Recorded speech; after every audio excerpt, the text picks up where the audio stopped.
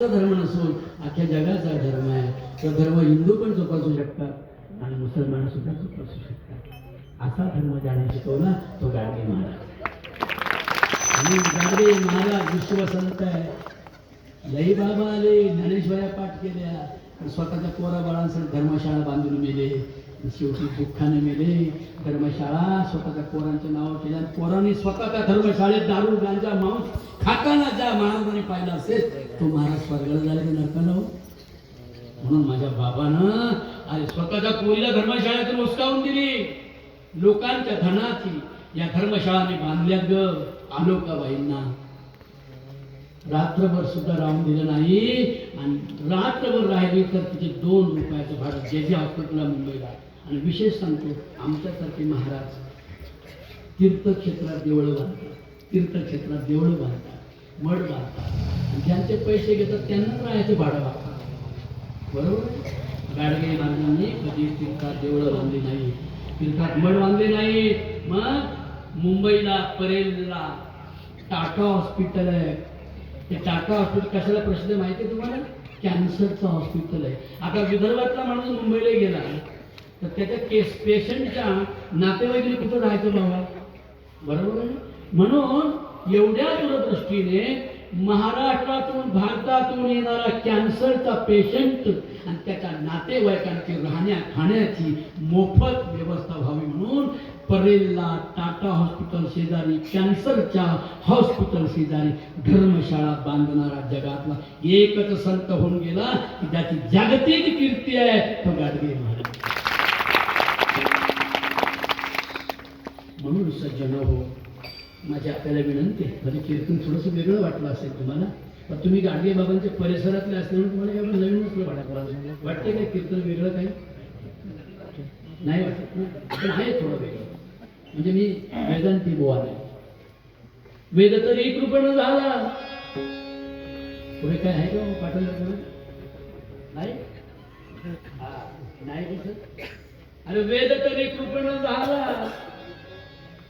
तिन्ही वर्णाच्या कानी लागला. काय धाडस आहे माऊलींचं. आजही लोक घाबरतात बोलायला. ज्ञानोबा कसे बोलले असतील मला? ज्ञानेश्वरी वाचा जरा. वेद तरी कृपण झाला, तिन्ही वर्णाच्या कानी लागला. स्त्री शूद्रांशी आबोला, दरवडी ठेला त्यापी. स्त्रियांना आणि दलितांना गाव कसा वाचवणारा, स्त्रियांना कोणतंही स्वातंत्र्य न देणार. आज आहे बघा नवरा मेला ना, इकडे काही मला माहित नाही. गाडगे बाबांना पवित्र घेऊन आमच्याकडे नवरा मेला की बाईच्या कुंकू पुसतात. इकडे पुस्तक तुमच्या नामची साधी सर्व व्यक्ती राम देहा दे एक म्हणतात. मग स्त्रियांमध्ये राम का पाहत नाही? हा पहिला प्रश्न विचारायचा तुकोबारायला लोकांना. काय नसतं तुझ्या उंगळ परमार्थाला, दिखाव परमार्थाला काय अर्थ? प्रॅक्टिकल नको का? आपल्या आईचा, आपला बाप मेल्यावर आपल्या आईच्या कुंकू पुसणाऱ्या लोकांच्या थोड्यात दिली. तिला आनंदाने जगू द्या, तिला चांगल्या साड्या घालू द्या. नवऱ्यानंतर सुद्धा ती नातवंड चांगली सांभाळू शकते. तिचं आरोग्य राहील कधी सगळे अलंकार आणि आनंदाने राहिला.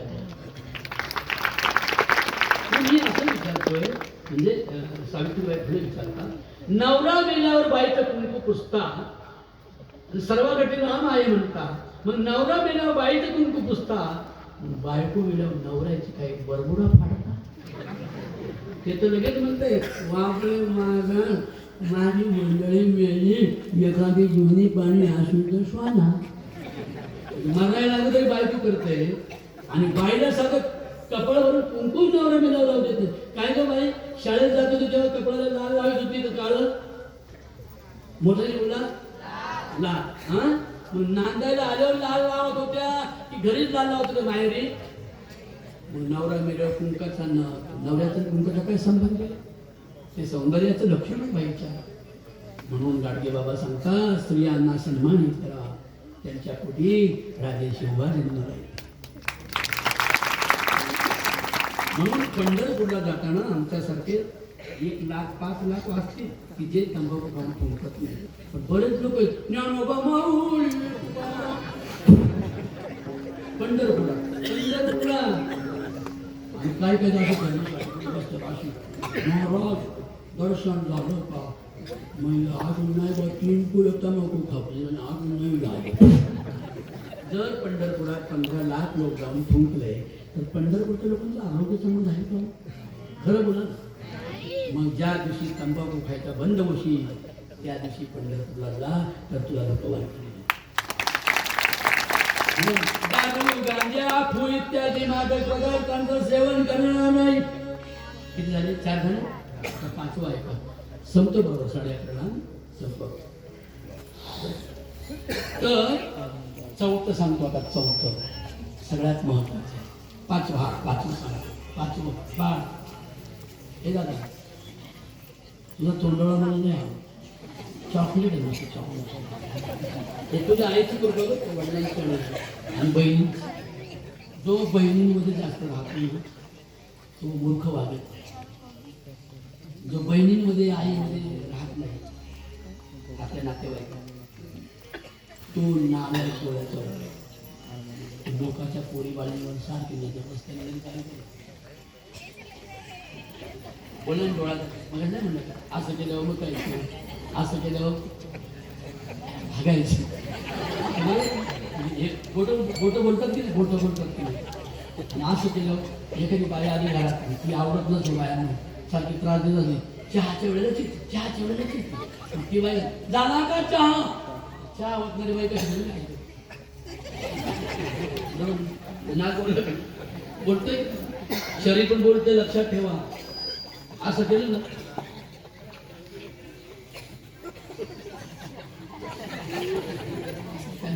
ठोकील तुझे. म्हणजे शरीर बोलते.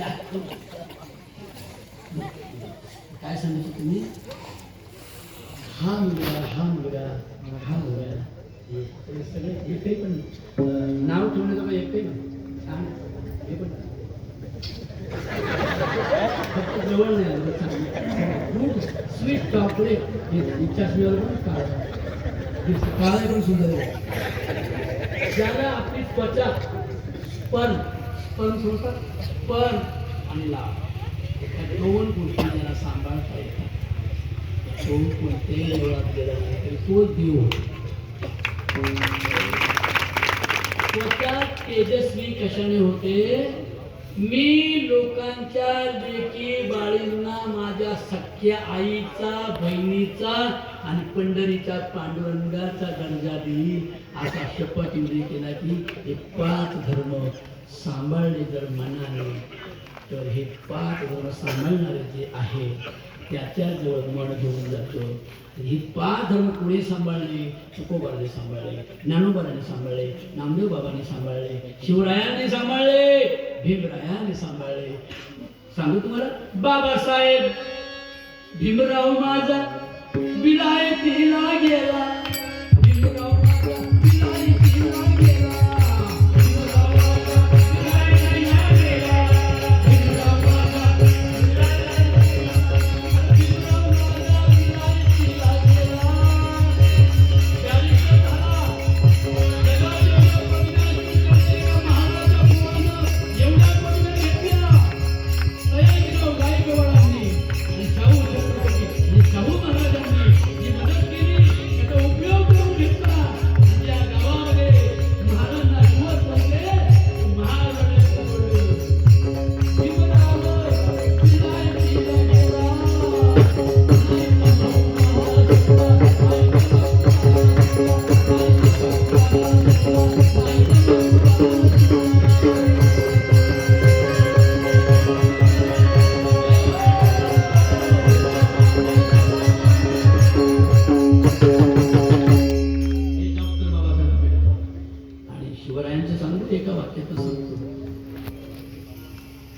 दिल्लीवरून आलेले सत्ता टिकवणारे मोगल, इथले मुसलमान आहे. मोगल वेगळे आणि इथले महाराष्ट्रातले मुसलमान. मोगल त्यांना मंगल म्हणले, मंगल मंगल. हे सगळे खैबर खिंडीतून पहिले आर्य आले, नंतर मोहम्मद आला, नंतर गजनीचा मोहम्मद आला, नंतर मोहम्मद घोरी आला, नंतर अल्लाउद्दीन खिलजीचे दिल्लीची सत्ता सारखी जिवंत राहण्यासाठी आपल्यावर स्वाऱ्या या सगळ्या. इथल्या हिंदूंच्या आणि मुसलमानांच्या करणारे लेकी बाळींना दे माय धर्मी ठाय करून सोडणारे मोगल शत्रूंचं पारिपत्य करण्यासाठी माझ्या राजानं शिवबानं स्वराज्य स्थापनेचा विडा उचलला. त्यावेळेला मुसलमानाचे 380 पोरं कसे होते माहिती का? अरे ज्याचे दंड पिळदार छातीवर दार आणि पोला गिटाचे शिलेदार.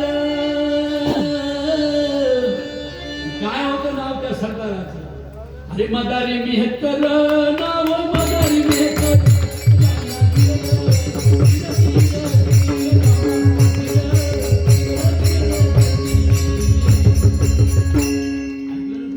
मदारी मेहतर. दुसरा अफजल खानाचा वकील हातीन झाडा कापीन झाडा. अफजल खानाचा वकील होता. कोण होता माहिती? अफजल खानाचा वकील होता कृष्णाजी भास्कर. अफजल खानाचा वकील होता कृष्णाजी भास्कर. कृष्णाजी भास्कर. माझ्या शिवाचा वकील होता काजी हैदर.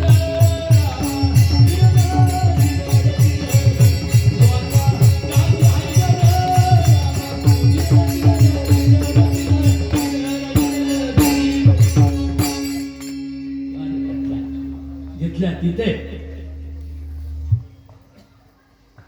मग काढलं दलार मार कोकण प्रांतावर. ठेवला सुभेदार सरदार नाव त्याच. अरे दौलत खान होत खरं.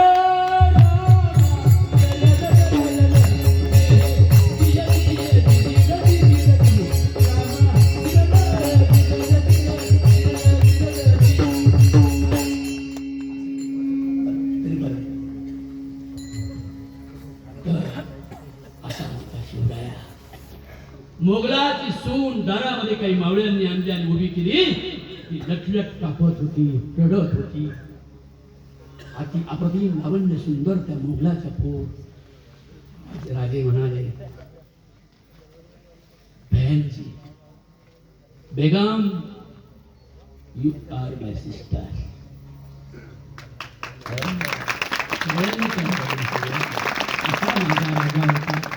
शत्रूंची सून, शत्रूची पोरगी ज्यांनी आमच्या देशातल्या हिंदू आणि मुसलमानांच्या पोरी वाटवल्या. राजे काय म्हणाले? बेगमा डरना नाही, आम्ही तुकोबा रायांचे वारकरी आहोत. आम्ही लोकांच्या लेकी बाळींना या बहिणींचा दर्जा देतो. मग मासाहेब जिजाऊंनी सगळ्या गडकर्णी गोळा केला अकोळखेडच्या. बरं का, एकच ओळ म्हणा माझ्या. बोलवा बोलवा ग कासार, बोलवा बोलवा ग कासार.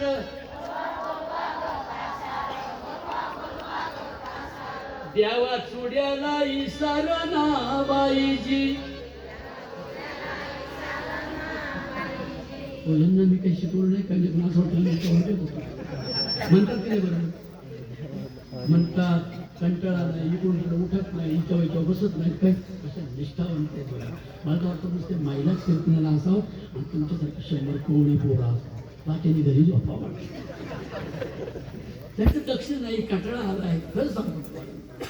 पण मला एवढं लांबून मी आलो आहे. मी किती थकलो सांगा. मला काय घेणं आहे का? ठरवले असतील पैसे मी घेऊन द्या. नाही, मला वाटतं तळमळी ना परत येणं होतंय ना एवढ्या लांब. माझं तुमच्यासाठी सोन्यासाठी लेकर माझ्या समोर बसली. किती आनंद आहे. हे जरा गेले यांचं बाळा.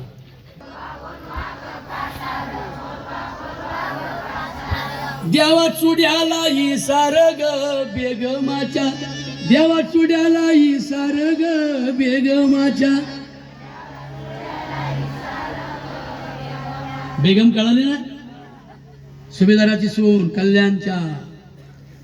ऊन घंगाळ्यात पाणी बेगम हाती रंबराणी नावाईजी.